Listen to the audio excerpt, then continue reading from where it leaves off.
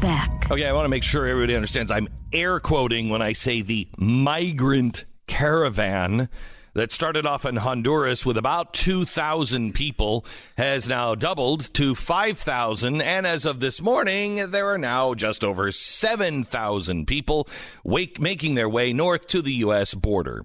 The line of people, when they're not riding in the back of several mysteriously paid-for trucks, stretches out for over a mile. Now, I air quoted migrant and caravan for a reason. It's not a caravan. When's the last time you saw more than 7,000 people marching towards another country's border and carrying their own flag? Answer, most of us would say never, unless you served in the military and you were invading. It's not a caravan. There is no other way to describe this than an invasion. As I have said before, this is a Honduran political stunt. It was organized by a leftist Marxist group that has ties to the former Marxist president who was exiled after a coup in 2009. These people never got over it, and they've been doing political stunts ever since to make the current right-wing government look bad. The organizers of this invasion have ties to the Castros in Cuba and Maduro in Venezuela. This stunt is designed for media fallout, and it is timed very specifically for maximum exposure. Early voting for the midterms has already begun. By the time they reach the U.S. border, you will only see two things on cable news: the election polls and the status at the border. So what do we do?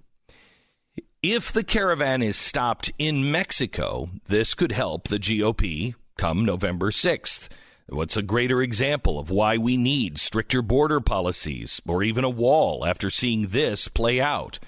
Mexican immigration officers were completely overwhelmed when the caravan first crossed into Mexico.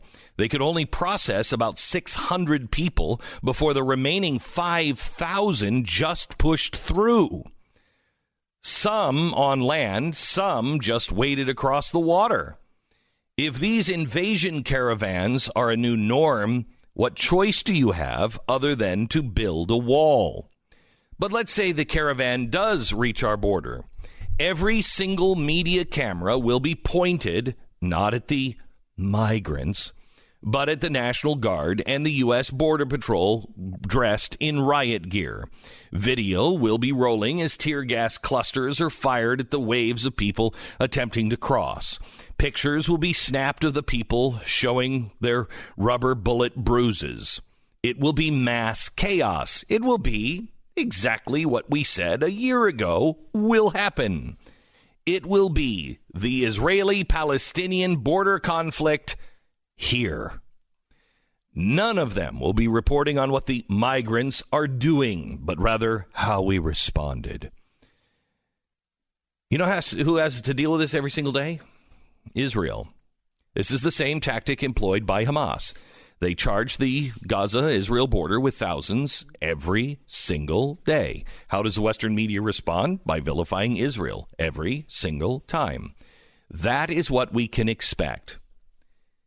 Our government and Donald Trump needs to tell Mexico, if that caravan arrives at our border, you will receive zero aid. Zero. We will cut off all aid. You are to stop this in your country. It is not to hit our border. This is not our problem, nor our fight. Zero aid to Mexico if this hits our border. It is time we stand and make it very clear, crystal clear, not our problem. Zero aid to Mexico. It's Tuesday, October 23rd. This is the Glenn Beck Program. This is the time that you grow to appreciate Donald Trump, because Donald Trump will stand against this. Now, let me ask you, when's the last time you saw 7,500 people amass with another flag to cross a border. I would say it would probably have to be, if you were in the military, crossing into Iraq from Kuwait.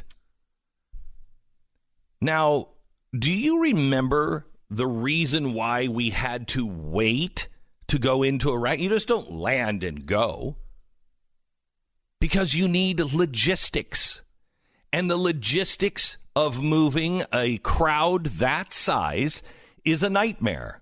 Otherwise, it becomes a death march. Because people are going to get tired. They're going to fall. They're going to be dehydrated. You don't stop at a 7-Eleven with 7,500 people to get some water. Where's just the water coming from? Where is the emergency aid for those who are fallen ill along the way? Where are they going to the bathroom? Have you ever gone to a McDonald's as you're traveling across the country and a tour bus has just pulled in and that has 50 people in and you're like, oh, geez. You ain't going to the bathroom there. If 7,500 people roll into town, where are all the bathrooms that they're using? Where are you stopping for food? Nobody's controlling logistics? Wow. Media. This is truly spontaneous and a miracle. I'm expecting God to part the borders for them because God surely must be involved to keep them alive for this exodus away from Pharaoh. Unbelievable. We welcome to the program Mr. Pat Gray. Hello, Pat. Wow. The hatred I just was a party to, just was deluged with. I know. Wow. What does the president do? The only thing you can do is send the military. What are you supposed to do? Aid. Cut it all off. Well, yeah, you have Tell to cut them off right aid. now. But if they get here, the military's the only solution. You can't let them in. No way. It's 7,500 people. So, look at they tried to handle it on the southern Mexico border. Yeah. They couldn't. They were just overwhelmed. They just rushed it. Yeah. So if I could do my CNN impersonation briefly. So what you're asking for is them to just start shooting and killing all the people? Because that's what they were saying. No, riot police with tear gas. And yes, if you have to, rubber bullets. Yes. Sometimes those hurt. I know. They'll bruise people. The welts, and you know what? Bruises. Some people might die. Some people might die. Don't come here. Don't do it. Yeah, don't do it. Okay, let's just say this. We have 7,500 people that want to release people out of our prisons. And so they're just going to rush the gates, 7,500 people. What do the officers do? Do they try to fight them off? Does the criminal justice system send in more troops and try to fight those people from storming the gates and opening up our prisons? Well, we wouldn't want that. I mean, some people could get hurt. What are we talking about? Well, if there's 7,500 people and they want to go into a small town and rob every single restaurant, truck stop, bank because there's 7,500 of them and there's not enough police in these small towns, or are we just going to let them take all of the money? Or do we say, no, this is a mob, this is a group of 7,500 people who are stating they are going to break the law. And they've already done it, and they're just crossing in and overwhelming. We would never let anybody do that to any other thing. Why would we allow them into our country? We wouldn't let them into our towns just to take over our towns. We would never allow this to happen. Can you imagine? Have you seen just the waste and the garbage left behind? Yeah, it's amazing. They are just trashing everything along the way. What? Are we just supposed to put up with that too? You just come into our town and just trash it, and then we have to clean up the mess after you. And the question not being asked enough is, why are there so many young men? No. Those are 18 to 34-year-olds.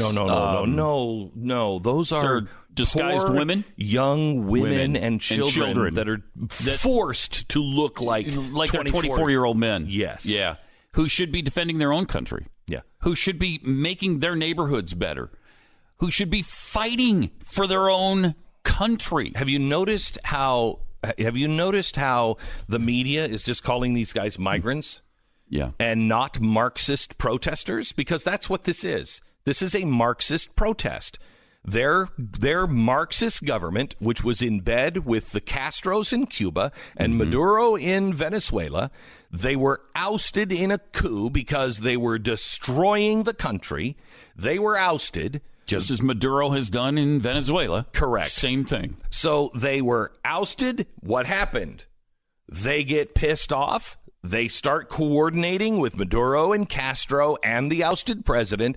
They have been disrupting their own country. Now they want publicity. They want this to be a world stage. And so they started coming up towards America. They're not looking for jobs. They're not looking for a better life.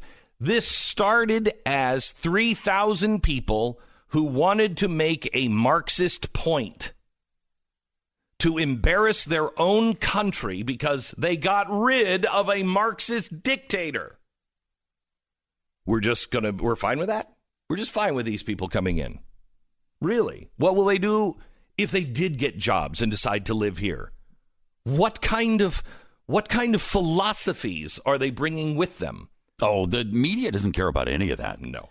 The Democrats don't care about any of that. Of course not. They don't care about these because people. They just want them here as voters. Already, they're sending out all these registration forms in Texas. The Democrats in Texas have sent out voter registration forms to illegals all over the state, inviting them. They've already filled out the citizenship box, they checked yes, and sent this out to non-residents all over the state. We have the governor is to increase their power base. We have the governor of the state coming on in just a minute. We have Greg Abbott coming on in about 10 minutes. We're going to talk a little bit about the massive rally for Ted Cruz and Donald Trump yesterday in Houston. It was unbelievable. And the massive turnout. But this is in Harris County, which is Houston, Dallas County, which is Dallas. Those are blue areas. And it's a massive turnout, if the red parts of the state don't actually turn out, this state could be in big trouble because it is a massive turnout. Is there any thought with the caravan of just learning from our friends to the south? And what we do is we just let people come in and we just kind of guide them until they get all the way to Canada. I mean, they're walking north. They never said necessarily they're stopping here. Canada's beautiful this kind of time of year. We just kind of walk on the side of the streets and just kind of direct them. And we would, if this was going to Canada and they were protesting Canada, I think there would be a lot of people who said, just don't cause any trouble. Just let them go to Canada. I'm sure a lot of people in Mexico are saying that. It's not our problem. They just want to go to America, just not our problem. Well, it is your problem. And if if Canada would say to us, you stop this or we're not going to trade with you, zero aid, like they give us any aid, zero cheese, whatever it is. We're not giving you any of that. As a good neighbor, we would stop it. We need to be very clear. No aid for Mexico. None. Oh. I know the president said that about Honduras and Guatemala, and I hope he backs it up. Cut that aid off right now. If Mexico withheld queso, I would just open the borders right now. I would just open them up. Come on, anybody you know. Just come on in. We can make that ourselves. I don't know if you know that, but we do have the technology. We put a man on the moon. Are you sure? I don't. Yes. Well, it was a global effort, so I don't know about the queso thing. But all right, our sponsor this half hour is 1-800-Flowers.com. By the way, Pat Gray unleashed a new time in the morning now from 7 to 9 Eastern. 6 to 8 Central. Yeah, immediately preceding this program on the Blaze Radio and TV networks. You should subscribe and listen to the podcast. Do all those things. Thanks, you, Pat. Yes, thanks. Thank you. You know, we had we had Governor Abbott on with us, and he said mixed inside of that 7,000 migrant caravan are MS-13 leadership and members embedded in there. Now these are actual gang rapists. Now I'm waiting for the left.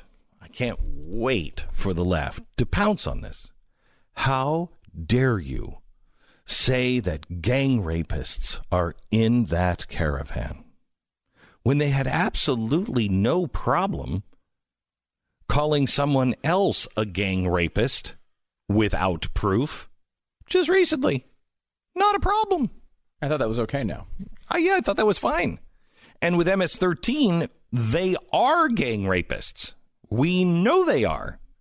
Certainly, some of them are for sure. Well, I think that's part of they're in a gang, and some of them are rapists. Yeah, sure. well, I think that's part of the thing of getting in. You have to rape to join, to rape and kill. I'm gonna pass on this year's subscription. I don't need the membership card. Free. It's Thank free. You, though. All you have to do is just rape. Yeah, thank you. Kill is what I'm gonna do. I'm gonna go a different direction. Okay. Is MS-12 available? Is that no? They're okay. Defunct. Oh, they're defunct. Yeah. Yeah. I mean, that's. We've talked about this before. MS-13 in the United States constantly is. This is just a Donald Trump fever dream. This is nothing. This is not a big deal. Where they're killing people at 4 times the rate of school shootings. So if you think MS-13 isn't an issue, you probably don't think school shootings are an issue, which I tend to hear a lot of people on the left speak very loudly about school shootings when they go on and what exactly is at cause for them. So, I mean, I like MS-13 is a real issue. I mean, and this goes to a deeper part of this, which is it's not even like if let's just say we thought they were all really good people. We didn't know that there were any gang members in there. That's still, let's just say they again, can't come in that way. You don't come in that way. You have to have a process to be able to decide whether people should come into your country or not. That is it's not a hateful thing. If you have a problem, if you look at Black Friday and say, oh my gosh, people are animals getting into a Walmart. Yeah, well, that's what this is going to be. 7,500 people trying just to push through and open those doors. That's all they're doing. This is Black Friday Walmart. That's it. Going to be fascinating to watch because there's a good chance that as Greg Abbott talked about, that Mexico doesn't want to deal with the pressure from the United States on this issue. They're going to try to find a place to settle them within Mexico. So it's a good outcome. Hopefully better not happens. be on our borders because you know what that is? That's the Palestinian people. Yeah. But we don't know. I mean, I think the point of them doing that is to not anger us, right? So you would think that they would do it in a way to avoid that. And the UN's going to be very helpful. Again, I mean, the governor of Texas did say that. So I do think there's some reason to believe it's possible. But let's say if it doesn't happen and they get here and try to overrun the border, this thing is going to be a mess because you'll have the media making it look like our border guard, our National Guard are the worst people on earth, and people are not going to stand for it. And people are not going to stand for 7,500 people trying to run over our border guard either. They're not. That's going to be a real mess. Hopefully, it just goes away. Yep. That's how I like to deal with my problems. I just hope they go away. It's really up to Mexico. Stop them or lose all aid.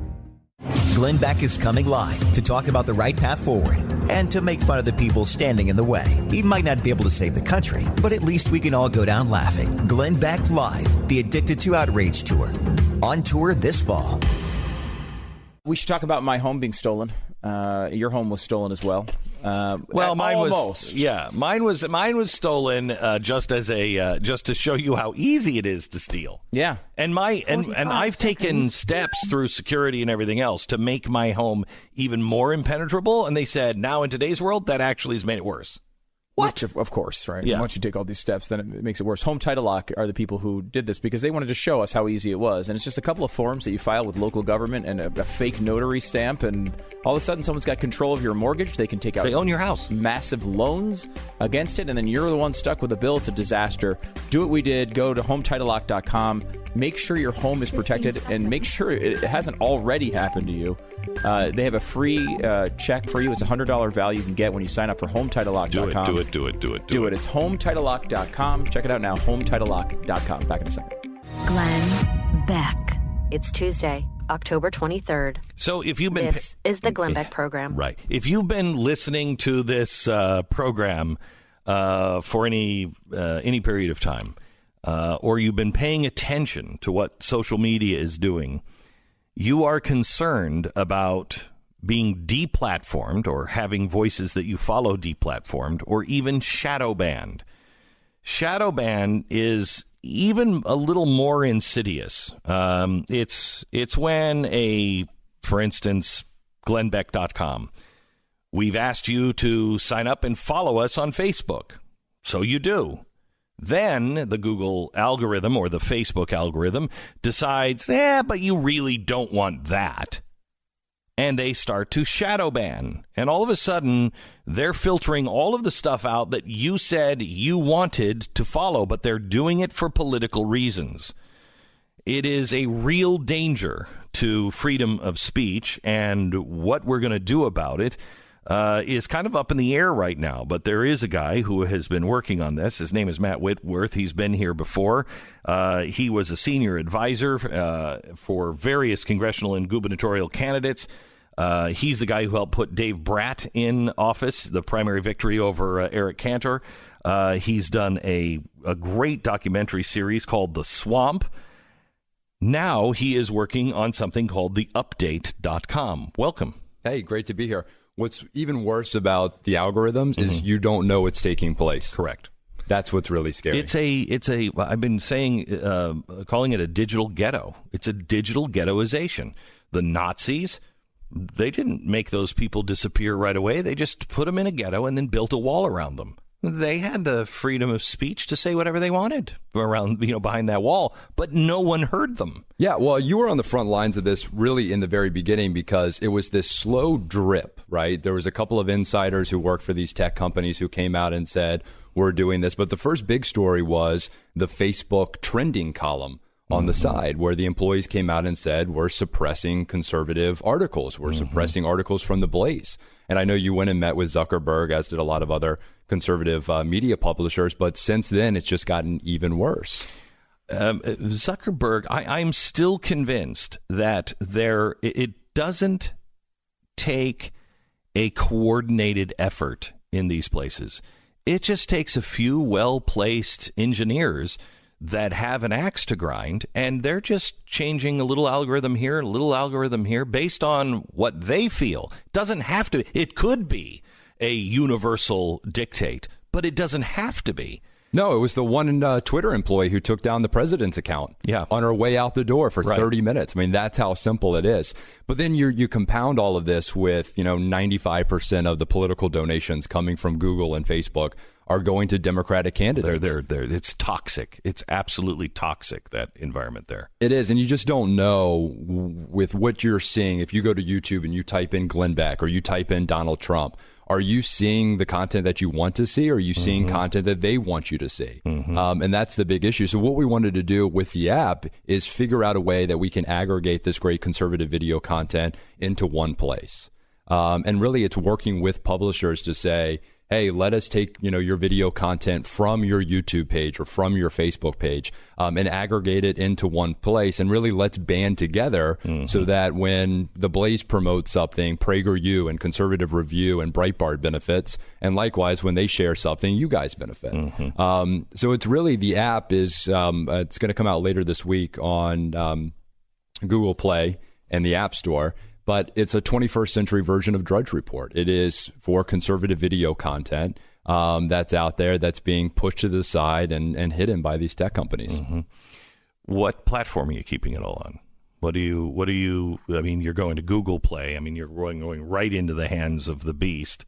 What are you doing to ensure that they aren't screwing with you and gathering information on everybody else? Well, what we were trying to do, because I've heard a lot of people on our side say we need a conservative Facebook or we need a conservative Twitter. Yeah. So what we were trying to do is find a realistic workaround to the algorithm problem that's going on with suppressing conservative content. So we said, if we can find all these great conservative publishers and say, hey, here's what we want to do, we can all benefit from this by sharing content into one place. On the video side, everyone can benefit. So yeah, we will be at the mercy of Google Play and the Apple Store. But I think this is sort of the first step to be able to counter that suppression from YouTube and Facebook. So who do you have on board so far? So we have Conservative Review. We've talked to Breitbart. We had a great meeting with PragerU last week. They're on board. Obviously, TheBlaze. I hope you guys come aboard as well. This is the first time hearing of it, but I can't imagine we're not. Yeah. So, and what we're really doing is, we're pulling the content from your Facebook page and from your YouTube. So, the Blaze channel benefits because the view counts go back to you guys. And the other thing that we want to do in this, we're already starting to be introduced to other people. So we have these great young conservative filmmakers who put out amazing video content and no one sees it on YouTube or Facebook. So we said, hey, we'll be the platform for that. You go out and produce it, and we'll work with our team and our network to make sure that half the country that wants to see this content can actually see your content. So what do you think? Because I've done a lot of thinking on this. First of all, congratulations. Thanks. It is. This is something that I have wanted to do for about 8 years, and I think conservatives are just now starting to say, hey, wait a minute. What was that idea about coming together? Because they're starting to see the writing on the wall in many different directions. So congratulations on doing that. I fully support anybody who is trying to bring everybody together and protecting voices. What do you say to the objection that I have in my mind when people say we need a conservative Facebook? No, we don't, because that just puts us in another bubble. Right. You know what I mean? We need to be able, if it's known as a conservative thing, only conservatives are going to go there. So how have you wrestled with that in your mind? So I think the first kickoff for that was the Facebook documentary series that I did with The Swamp. So we had 6 members of the House Freedom Caucus, and we followed them around the Capitol, and we talked about the big issues plaguing D.C. We had liberal and progressive groups sharing that Facebook series. So Tim Canova, who ran against Debbie Wasserman Schultz, this is a Bernie Sanders acolyte, shared the Swamp episodes and said, I encourage all of my followers to see this. And we did it in a way where we didn't put, Republican or conservative next to these guys' name. It was all about the content. And that's what a lot of these younger conservative filmmakers are doing. They're libertarian leaning, they're conservative leaning. It's more about, hey, let's fix some of the big fundamental issues going on, and then we can get into, some of the more policy debates. So I think that kind of content, and then just presenting it in a really sleek mobile application, makes it easy for people to interact with the content. Have you seen what's happening in Brazil with the young libertarians? They are looking at America going, we can't sell that.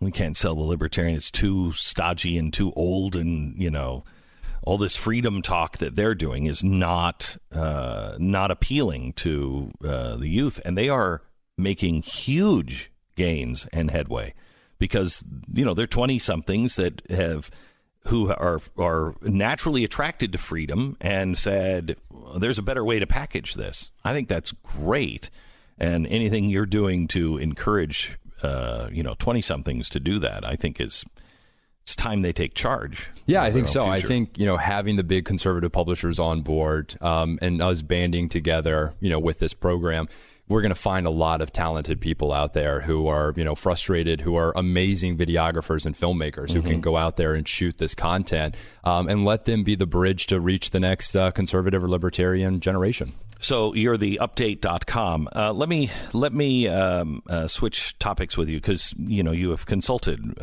with candidates, et cetera, What do you think is coming our way? 2 places. First, blue wave, red wave, no wave. You might as well flip a coin. So it's funny, I live 3 blocks behind the Capitol in D.C. So I describe myself as being a spy behind enemy lines because D.C. is 94% Democrat. So, I talk to a lot of guys, both sides of the aisle in D.C., and you might as well flip a coin. I mean, there's Freedom Caucus guys who say Republicans hold the House but it's only by a couple of seats. There's more people who have said, it's going to be Democrats by a few seats. I really don't know. I think what they are doing with the election is the media is getting so excited looking at this big national view. But when you break down these individual races, they're going to be far more competitive than what the media is saying. It's always about local. It is. The Kavanaugh thing, coupled with Cortez coming out and saying, capitalism's not going to be around forever. The democratic socialists, the surrounding people while they're eating and shouting them down.